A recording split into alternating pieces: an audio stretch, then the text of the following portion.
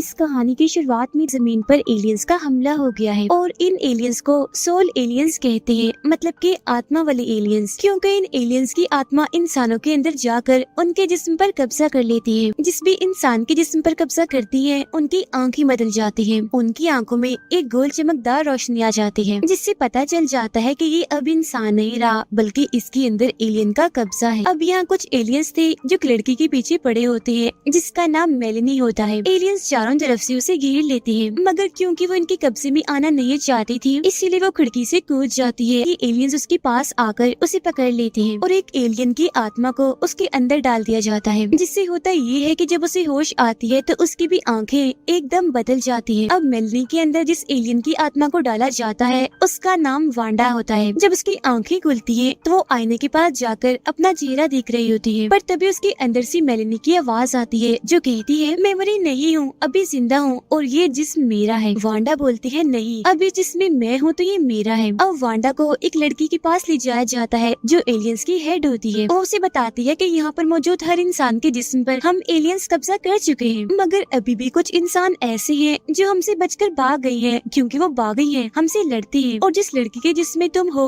वो भी उनकी एक साथी है, इसलिए तुम उसकी यादों की मदद से हमें उसके बाकी साथियों की जानकारी दो, उनका पता बताओ कि वो कहाँ है। तब वांडा बताती है कि जिस लड़की के जिस्म में मुझे डाला गया है उसका नाम मेलेनी है। जब एलियंस इंसानों पर कब्जा कर रहे थे तो उससे पहले वो अपनी फैमिली के साथ अपने घर से भाग गई थी, मगर ये लोग ज्यादा दिनों तक नहीं छुप पाए और जब ये पकड़े जाने वाले थे तो मेलेनी अपने भाई को लेकर वहाँ से भाग गई और बस फिर ये भागते ही रही। अब जब वांडा मेलेनी के भाई का नाम बताने वाली थी तो अंदर से मेलेनी उसे ऐसा करने से मना कर रही थी कि प्लीज मेरे भाई का नाम मत बताना, मगर वांडा उसकी एक नहीं सुनती और उसके भाई का नाम एलियंस की हेड को बता देती है। फिर रात को जब वो सो रही थी तो उसे बहुत सारे सपने आते हैं जो और कुछ नहीं बल्कि मेलेनी की यादें थी, जिन यादों में उसे पता चलता है कि मेलेनी एक लड़की को पसंद करती है जो अभी भी जिंदा है और एक इंसान है। अगले दिन भी हेड मेलेनी की यादों से और भी जानकारी निकालने की कोशिश करती है। ये सब एक महफूज जगह पर जा रहे थे, बाकी सब तो चले गए मगर मेलेनी नहीं गई। वो भी वहाँ पर जब जा रही थी तो पकड़ी गई और बस इससे आगे और मैं कुछ नहीं देख पा रही, जो सुनकर एलियंस की हेड वहाँ से चली जाती है। अब तभी वांडा को एक ख्याल आता है, जो ख्याल एक रेगिस्तान का था जहाँ बहुत बड़े बड़े पहाड़ थे। तब ये देखकर वांडा उस जगह का नक्शा एक पेपर पर बना देती है, जो देख फौरन ही अंदर से मेलेनी की आवाज आती है, कहती है ये मत करो, जल्दी से फौरन इस कागज को फाड़ दो, क्योंकि अगर ये इनके हाथ लग गया तो ये सारे इंसानों को पकड़कर उन्हें मार देंगे। जो सुनो उस कागज को अपनी जेब में छुपा लेती है, एलियंस की हेड को नहीं देती, क्योंकि जैसा कि हम जानते हैं कि मेलेनी और वांडा एक ही जिस्म में है जो एक दूसरे से बात कर पा रही है, मगर ये बात उनके अलावा और कोई नहीं जानता। हेड कहती है कि मेलेनी के दोस्त के बारे में जो जानकारी तुमने दी थी वो बिल्कुल ठीक थी और हम बहुत जल्द उसे पकड़ लेंगे। अब उसके दोस्त का नाम सुनकर फौरन वांडा उस पर हमला कर देती है, मगर ये हमला वांडा ने नहीं बल्कि उसके अंदर जो मेलेनी होती है उसने किया होता है, क्योंकि वो अपने दोस्त से बहुत प्यार करती है। मगर हेड उसके हमले को रोककर उसे पकड़ लेती है और एक स्प्रे उसकी आंखों में मारकर उसे बेहोश कर देती है। फिर जब उसे होश आती है तो वांडा बताती है कि मैं नहीं जानती मैंने ऐसा कैसे किया, मतलब तुम पर हमला कैसे कर दिया। जो सुनकर हेड कहती है कि ये तुमने नहीं किया बल्कि उसने किया है, जिसका ये जिस्म है जो तुम्हारे अंदर है और अब तुम्हें किसी और के जिस्म में डाला जाएगा, क्योंकि इस वाले जिस्म में मैं खुद आऊंगी। मुझे जितनी भी जानकारी चाहिए होगी मैं खुद इस जिस्म से इसकी यादों से निकाल लूंगी, जिसके बाद मैं अपने जिस्म में वापिस आ जाऊंगी।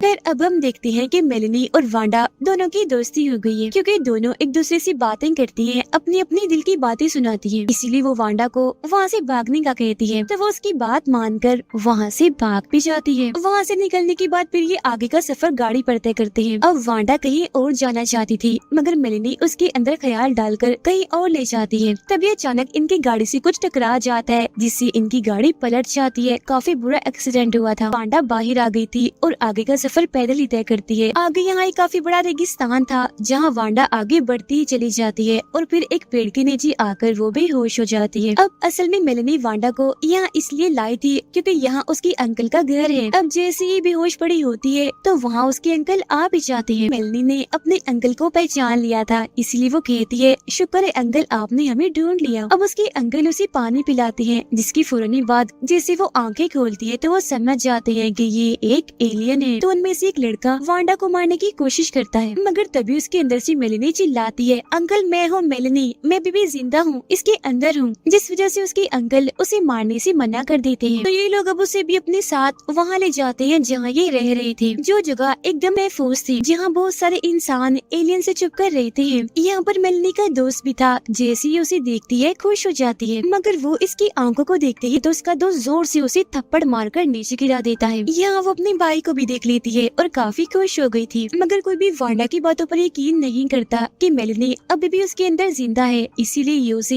एक जगह बंद कर देते हैं। उधर जब हेड को ये बात पता चलती है कि वांडा यहाँ से भाग गई है, तो वो काफी गुस्से में आ गई थी, इसीलिए हर जगह की तलाशी लेने लगती है, जिस बीच उसे वो कागज भी मिल जाता है जिस पर वांडा ने मेलेनी की यादों से पहाड़ों की तस्वीर बनाई थी, और ये वही पहाड़ थी जहाँ ये सब इंसान छुपे हुए हैं। अब इन पहाड़ों में इंसान काफी पुरसुकून और महफूज है, ये अंदर खेती करते हैं, इनके पास पानी भी है, सूरज की किरणों के लिए ये शीशों का इस्तेमाल करते हैं, जिसकी छांव से ये अपनी फसलों को सूरज की किरणें देते हैं ताकि इनकी फसलें उग जाएं। इसके साथ साथ ये बाहर जाकर स्टोर्स का सामान भी चुरा चुरा कर अपने साथ इस जगह पर लाते हैं। अब जब मेलेनी का भाई वांडा से पूछता है कि क्या वो तुम्हारे अंदर अभी भी जिंदा है, तो वो कह देती है कि हाँ, तुम्हारी बहन मेलेनी अभी भी मेरे अंदर जिंदा है। जो सुनकर अब उसके भाई को भी इन हो जाता है कि मेरी बहन वांडा के अंदर जिंदा है, इसीलिए अब इन दोनों के बीच दोस्ती हो जाती है, और अब वांडा के ऊपर दो लोग भरोसा करते हैं, एक उसके अंकल और दूसरा उसका भाई।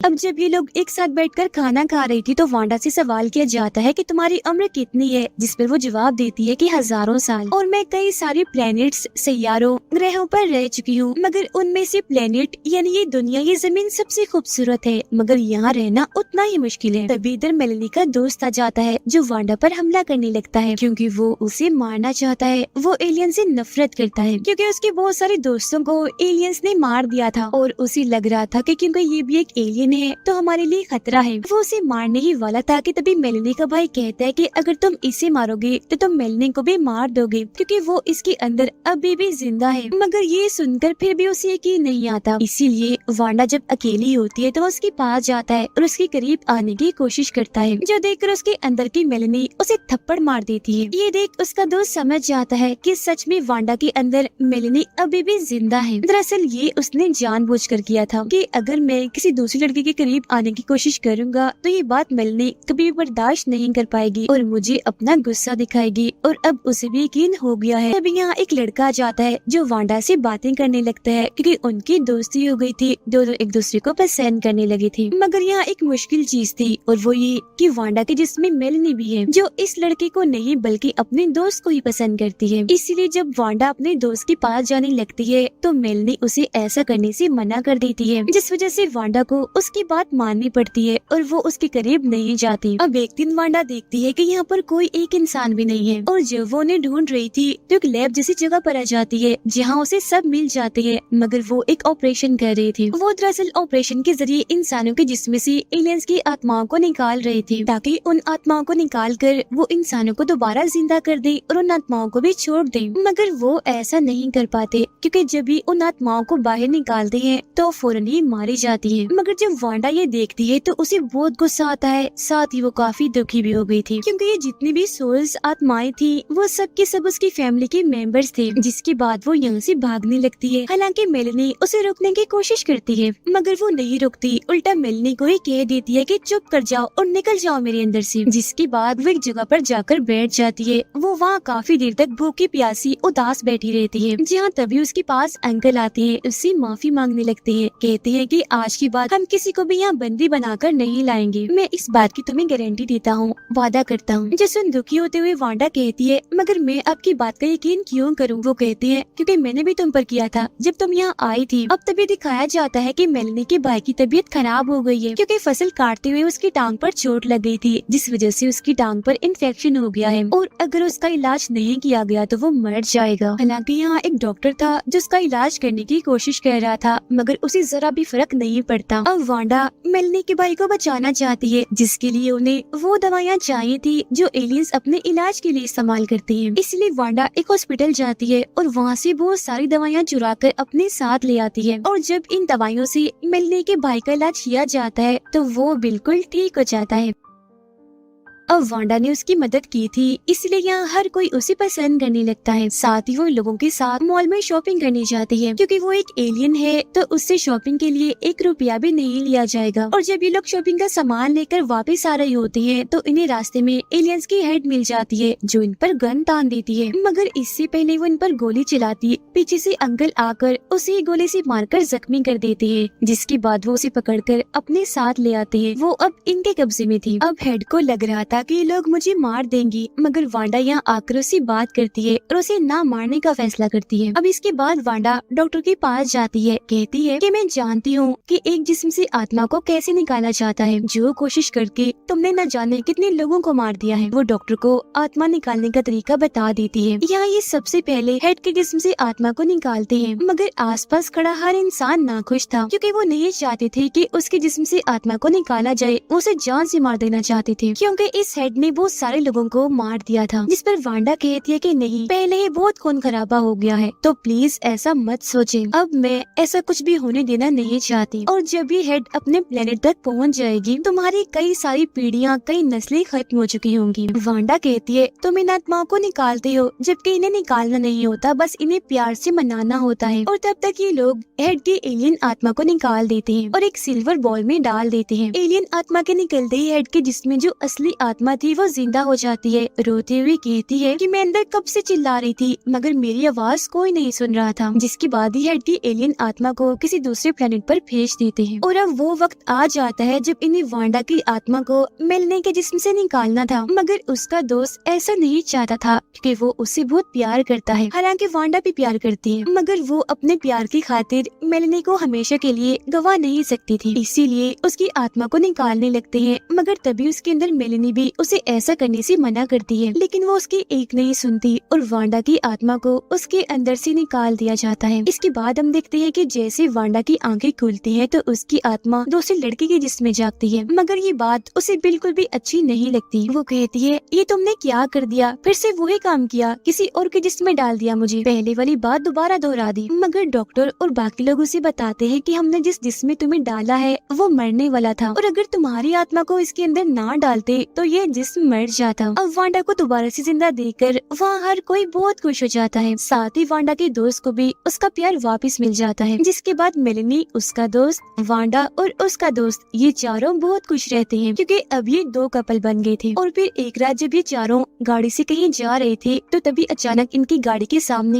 एलियंस की गाड़ी आ जाती है, जिसमें से एक एलियन बाहर आकर इन पर गन तान देता है। तो वो समझ जाते हैं कि ये लोग इंसान हैं। और फिर तभी वो अपने साथियों को आवाज लगाकर कहता है कि इधर आओ, यहाँ इंसान है। और जब उसके साथी इनके पास आते हैं तो ये लोग ये देखकर काफी हैरान रह जाते हैं कि वो भी सब इंसान है। अब मेलनी उन इंसानों को देखकर कहती है कि हमें लगा था हमारे अलावा कोई नहीं बचा। तब वो आदमी जो उसके सामने था कहता है हमें भी ऐसे ही लगा था, मगर हमें 3 इंसानों के ग्रुप मिले थे और आज चौथा। जिसके बाद ये सब लोग एक दूसरे से मिलकर काफी खुश हो जाते हैं और इधर ये कहानी खत्म हो जाती है।